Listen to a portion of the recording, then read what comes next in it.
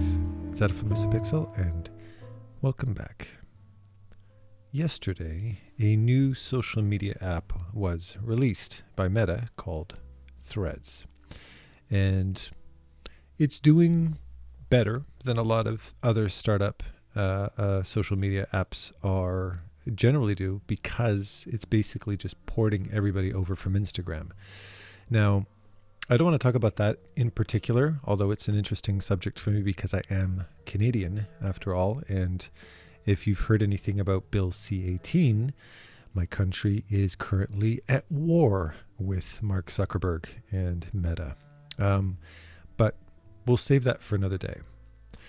What it did do, however, because I moved my account over and I started posting some stuff just to get the ball rolling and all that. But in moving over to this new social media, it reminded me of a topic that I, and you most likely as well, are very much aware of and very impacted by, but something that every now and then we can start taking for granted. And this is something that can really influence our artistic journey, our feelings of artistic worth, and from the perspective of a YouTuber, of a teacher, of somebody who consults with artists and businesses and all that kind of stuff and helps people to get their artistic careers off the ground, can be pretty scary. And I don't mean to, I'm not saying this to freak you out. I'm saying this because I can see how much of an impact this has on artists, particularly artists that are younger, that are looking for voice. These same artists who I might argue have been very impacted or were very impacted and had the strongest reactions to artificial intelligence, to AI, Midjourney, DALL-E, that kind of stuff. A subject which I plan on making a follow-up video to very, very soon. But what do I mean by this? What do I mean by these scary and damaging aspects of social media? Am I going to come out and say social media is evil, social media is the devil? Not entirely, no. There are positive aspects to social media. If the person who is using social media can navigate it in a way that does not completely take over their feeling of self-worth. But unfortunately, so many of us artists are out there right now, younger artists particularly, I'd say anybody under the age of 25 to 30, mostly 25 or younger, grew up in a world where social media was always there, or at least it's always been a part of the landscape growing up. For me, it wasn't. For me, there was no social media. To me, there were newspapers, there was conversations with friends, there were get-togethers, there was the general news on TV, but we didn't have social media. We could not publish ourselves, our lives, as we could in the past, as we do now, where that incredibly compelling and incredibly exciting experience of being able to share your life with other people, and as artists to share our art, to make a name for ourselves, to get out there, that we all jump onto this platform and immediately adopt that platform, particularly the younger ones. We adopt this platform as the be-all, end-all way for us to get our name out there. And the moment we do that, social media being what it is, social media wanting to have as many users as possible, like Meta now, Mark Zuckerberg boasting that 10 million people adopted the app overnight. I'm sure a lot of that were automatic ports for what it's worth. But that the immediacy at which we are exposed to this oversaturation of presence of artists online, and I'm speaking particularly to artists in this context, we almost immediately start to feel like we are a needle in a haystack. No, we're a needle in a haystack of needles. And we immediately become extremely overly aware of just how many talented artists are out there. This is one of the big detriments. This is one of the big damaging aspects of social media. We become hyper aware of our competition. And that hyper-awareness also manifests into hypersensitivity to that competition as well. And I would argue that a lot of artists from my generation, artists that grew up, I was born in the 70s, but I really started to get into things professionally in the 90s and into the turn of the millennium. By that point, I had already, when I was making a name for myself, ignorance was bliss to a certain degree. Yes, I was aware of great celebrity artists out there, and I was aware of my peers in school and my colleagues at work and stuff like that were talented.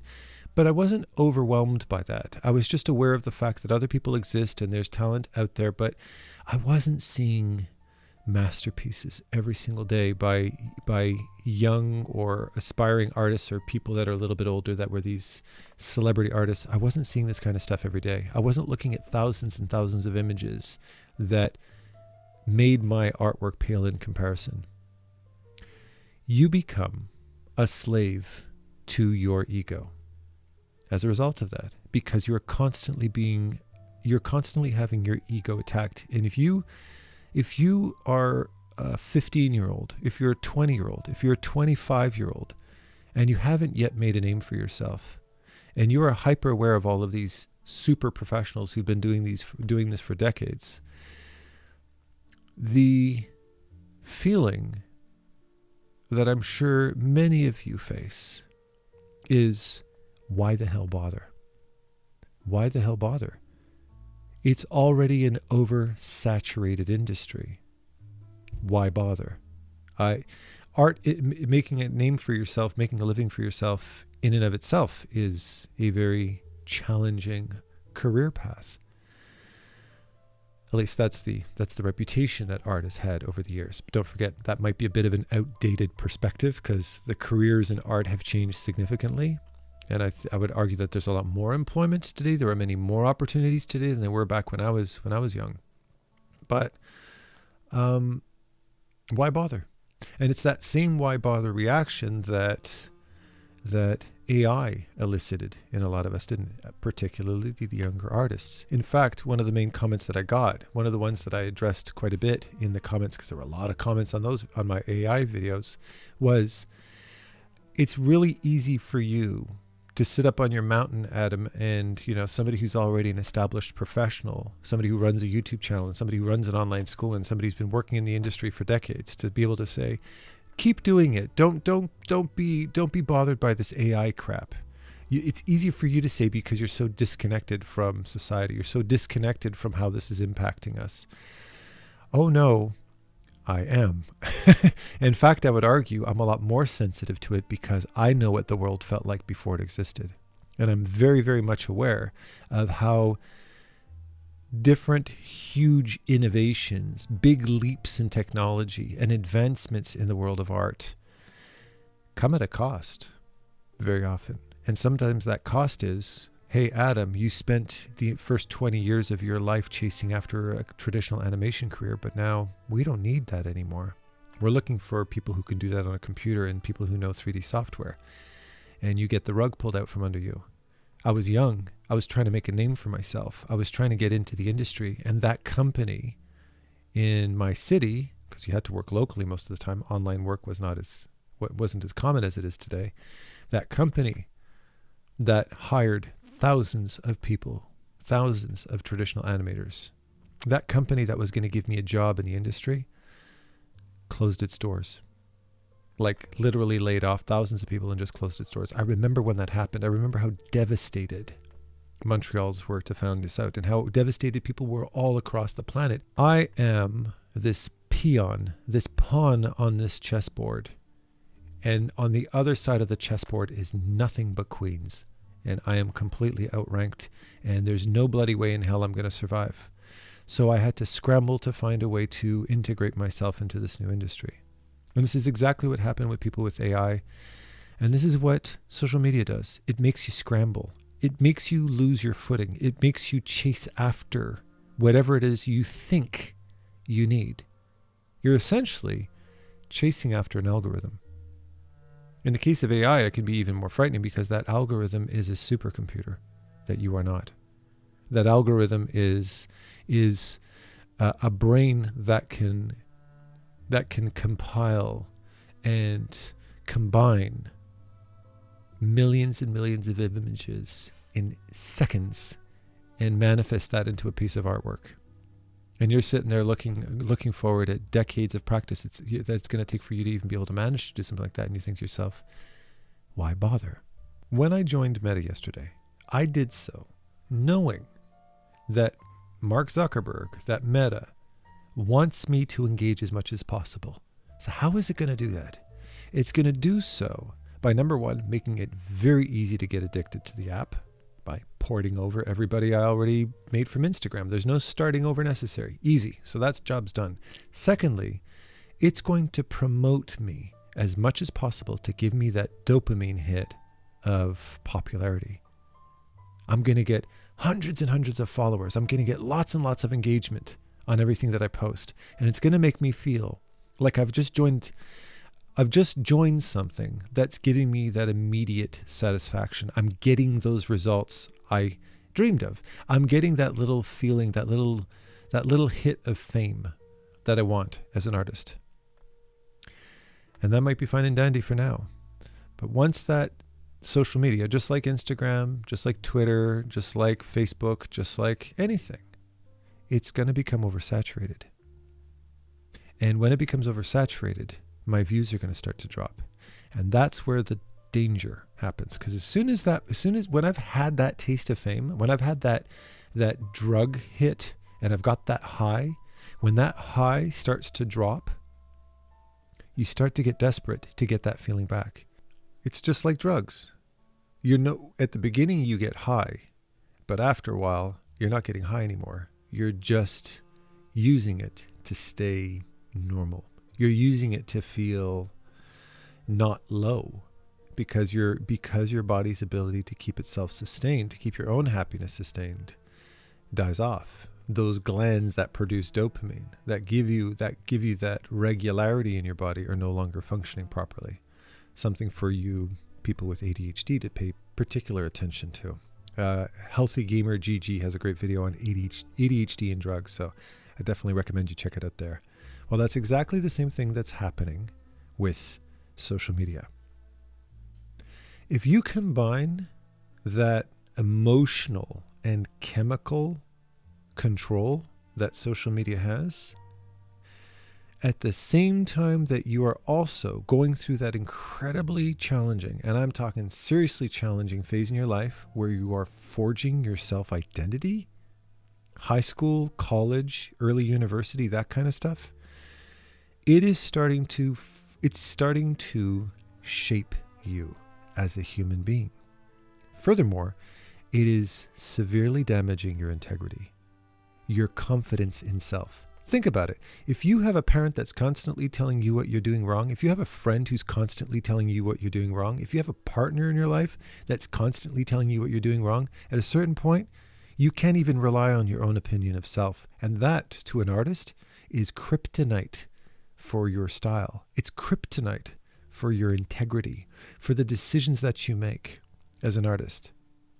One of the things that I find very interesting, but very necessary as a teacher, as a mentor, as a person who does consultants with people, is how often I turn to an artist and I tell them how good they are, and they look at me with a complete looking of bafflement. I'll look at their artwork and they're producing gorgeous professional work, stuff that'll get them jobs real fast, and they've never approached a job because they didn't feel they were good enough. And I look at them and I say, you're good enough. You were good enough 5 years ago. Now you're overqualified. And they look at me and they go, you really think so? And I'm sitting there going, what the hell do you mean, do I really think so? I mean, can't you see it for yourself? Well, that's the point. You can't see it for yourself because you've been so programmed to judge yourself according to the reaction of others that you are too afraid to make that decision for yourself. And it's amazing how emotional sometimes those moments can become with artists that I work with. And I tell them how good, I tell them that they're really amazing and that they're ready for the industry. Or I tell them that you just need to do this and that and you're good to go, man. You just need to polish up a few things. And they look at me like they're overwhelmed by that. And I'm sitting there going, I'm amazed to hear that. Yeah, growing up, it meant a lot to me to hear professionals say, yeah, you're good, you're ready. Or just that getting that confirmation of being hired at a studio so that I knew that I was actually, hey, I have marketable skills now. I can actually get paid for what I'm doing. I've gotten good enough. But I always knew who I was. I always knew what I liked. I always had a strong sense of self artistically. And furthermore, that artistic journey that I went through was a very introverted one. I sat in my place and I played around with the things that I like, and I was influenced by things that I was exposed to, but not to the degree where I couldn't tell my own worth. I mean, I did need feedback from people, but not that bad. And that to me is telling me that like button, the number of likes that you're getting, the number of comments, the number of follows that you're getting in social media has a direct correlation to the decisions that you're making in order to try to chase after that approval. You're chasing after that high. And I've realized that as the years pass, the longer I teach and the longer I run my school, the more I realize that one of my fundamental roles as an artist is to teach people who they are. Who are you as an artist? Being able to look at a person's artwork and expose them to the truth of themselves. And when I do that, very often that artist will say, well, yeah, that's kind of the stuff I've always loved. I've always kind of been good at that stuff, but I didn't think that would get me a job. And I'd say, why not? Why did you think that wasn't market? Why did you think that wasn't a good enough skill? Why did you think that was going to cause you problems? Why did you think that was going to interfere with your employability or your popularity? And they would say, it's because that's not what I see online. I see people that are so much better at me. And I see better at you at what?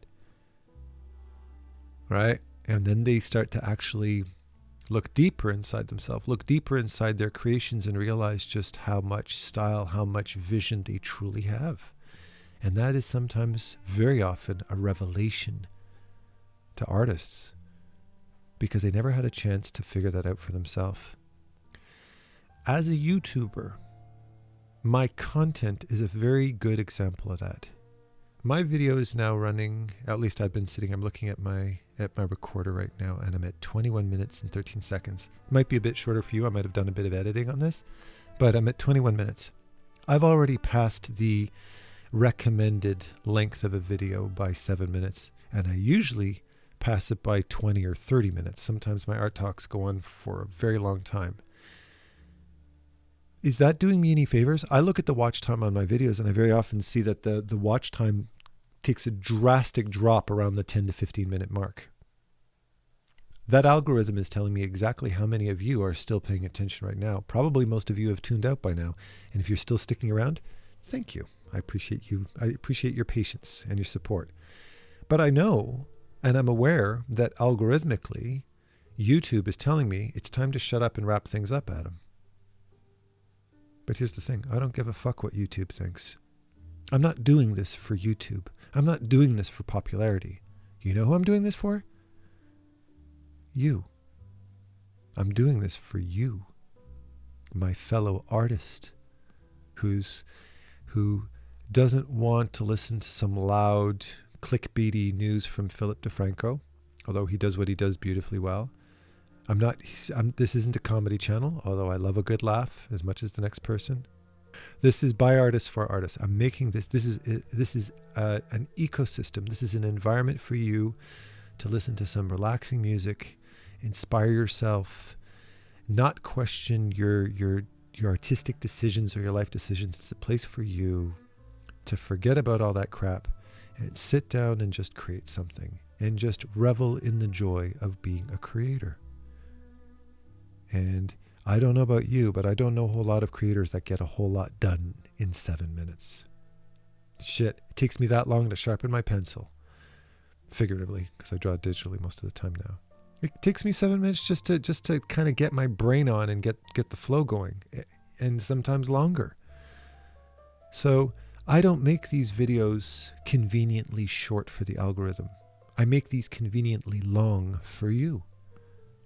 That you can put your pen down, you can put your paintbrushes down, and you can sit back and you can go, I accomplished something today. I created something today. I've created a memory, something I can look back at for the rest of my life and say, hey, I did that. I made that. This is a cozy place, a hangout where we can sit down and just share in each other's thoughts and draw and get lost in the thick of it. And while we're doing that, I share my stories of when I fucked up over and over and over and over again, so that you don't feel so bad for fucking up yourself. And if you post a picture on Instagram or Twitter, or if you make a video on YouTube because you're an up-and-coming art YouTuber yourself, or you start a new account on Threads and you post a picture and you look down and there's only 2 likes, and one of them's from your mom and the other one's from a bot, that is not a means for you, nor should it ever be a means for you to say, I did it wrong, now I need to change my art. I need to lose sight of my vision, of my message, of my purpose as an artist because Mark Zuckerberg didn't like that painting. That's blasphemy, in my opinion. And you have to realize that in order to gain respect, in order to garner a reputation as an artist, in order to build your name, in order to become recognizable, one of the most important qualities that an artist needs to have is, well, yes, don't suck, right? You can't just practice for 2 weeks and be fresh off the wagon and still think you're going to get a lot of attention, because like every artist, like every professional of any kind, you have to do the work and you have to get good. But what's more important, after you've overcome that, you take a couple of courses, you overcome that, and you start to build a name for yourself, and you start to build your style. The most important thing after that is consistency. Consistency. You have to stick at it. You have to keep at it. You have to keep going. You have to become reliable. You have a relationship with your audience. And in order to have a long-term relationship with your audience, yes, you will change, you will evolve, you will grow, you will improve. That's all natural. But at the core of who you are, you need to remain yourself. You need to discover who you are, and you need to reliably be who you are. Am I saying don't rattle the cages and try new things? Hey, shit, I would do audio tech reviews, or I do a review for a certain product that might not be art related, and it's very eye-opening how some of the comments on some of those videos, if I'm doing headphone reviews, some of them have actually had some pretty good views on it, but I do headphone reviews, I would have comments from regular subscribers, artists who follow my channel, who get pissed off at me for doing that. But I do understand that I've become relied upon for what I do over the time. I forged this life for me. I forged this identity for myself on YouTube and online. And now all of a sudden I'm just doing something. I'm kind of like, it almost feels like an abandonment. It's like, dude, you built your channel on the support of artists, and now all of a sudden you're doing something else.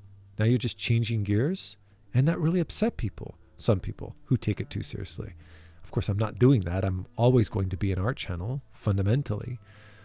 But it goes to show how sensitive people are to expecting to experience you. And this brings me back to you right now. You're sitting down, you're drawing, or maybe you're having lunch, or maybe you're going for a walk, or maybe you're just chilling out in bed playing a chess game, whatever. I want you, if you're sitting there struggling to make a name for yourself, if you're struggling to find success in social media, if you're struggling to forge an identity for yourself online, and every single time you post something online, your artwork is ignored, rejected, or anything negative, understand that has nothing to do with how good you are as an artist, at least not over the long term.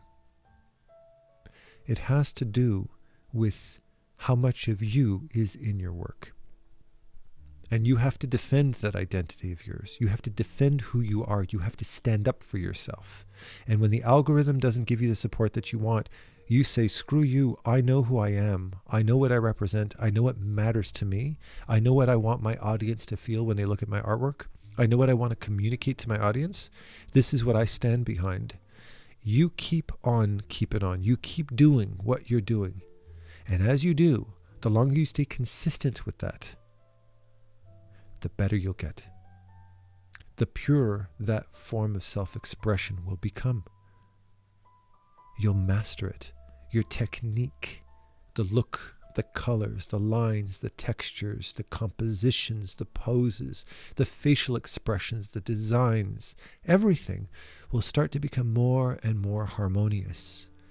You will become extremely fluid at this form of communication. You will become more hireable because there's nothing more attractive than somebody that kicks ass at what they do and that has something very unique and meaningful to share with their audience. And then, as irony would have it, the algorithm finds you. And this is exactly what happened on my YouTube channel. The moment I told YouTube to go fuck themselves, and I did what I did, and I did it for you, and I did it for me, and I didn't do it for the algorithm gods, all of a sudden, people saw me. They didn't see Adam the YouTuber. They didn't see Adam the hot shot. They saw Adam the person. And the more I became me, the more authentic I became as a human being, the more people saw that and appreciated it. And to me, all of the validation that I need to keep going are the messages that I get from you in the comments, where you show me appreciation for what I've helped you out with. It's the emails that I get. It's the conversations I have with students. For you to, the greatest compliment that I ever get from a student, or I get from somebody during a consultation, or somebody that I meet in person who's gotten to know me online, is, I'm very thankful, Adam, that the person I met in person is the same person I hear online. They always say, never meet your heroes, right? I'm not indirectly calling myself a hero, but I'm saying, like if I spoke to Michael Samuels, for instance, if I spoke to Vadi Video, which I have, and he turned out to be a egotistical jerk, antisocial, egotistical jerk, I would immediately get turned off of his channel. But he isn't. He's as wonderful and as warm and kind-hearted a person in real life as he is on his channel. And it just makes me love him more. It makes me more loyal to him and his work and his channel. Same goes with Ricardo Imig, who I got a chance to meet in person as well. He's got a smile on his face, and he's got a personality that is so incredibly warm and so incredibly genuine that you walk away from a conversation with him feeling like you have met your best friend. And I'm sure he makes every person he meets feel that way. He's such a warm person. And that's what matters to me. That's what will always matter to me. And when I look at his art, I see that personality. I see that warmth. I see that richness. I see that depth of humanity resonate through every single thing he draws. And I love his art more as a result of it. So you, my friend, I want you to take a good hard look at yourself. Look at your artwork. Look at it from the perspective of somebody trying to understand who you are. Don't look at it critically as somebody who's trying to figure out how to make themselves more popular. Your purest, most authentic version of yourself is the best version of yourself that you can ever be. And the more authentic you are, the more people will discover you, and the more people will slowly but surely fall in love with you. And if you compile that integrity, if you compile that over the period of 5, 10, 15, 20 years, you'll become a legend. All right? And with that said, I love you all with all my heart, and happy painting. Take care.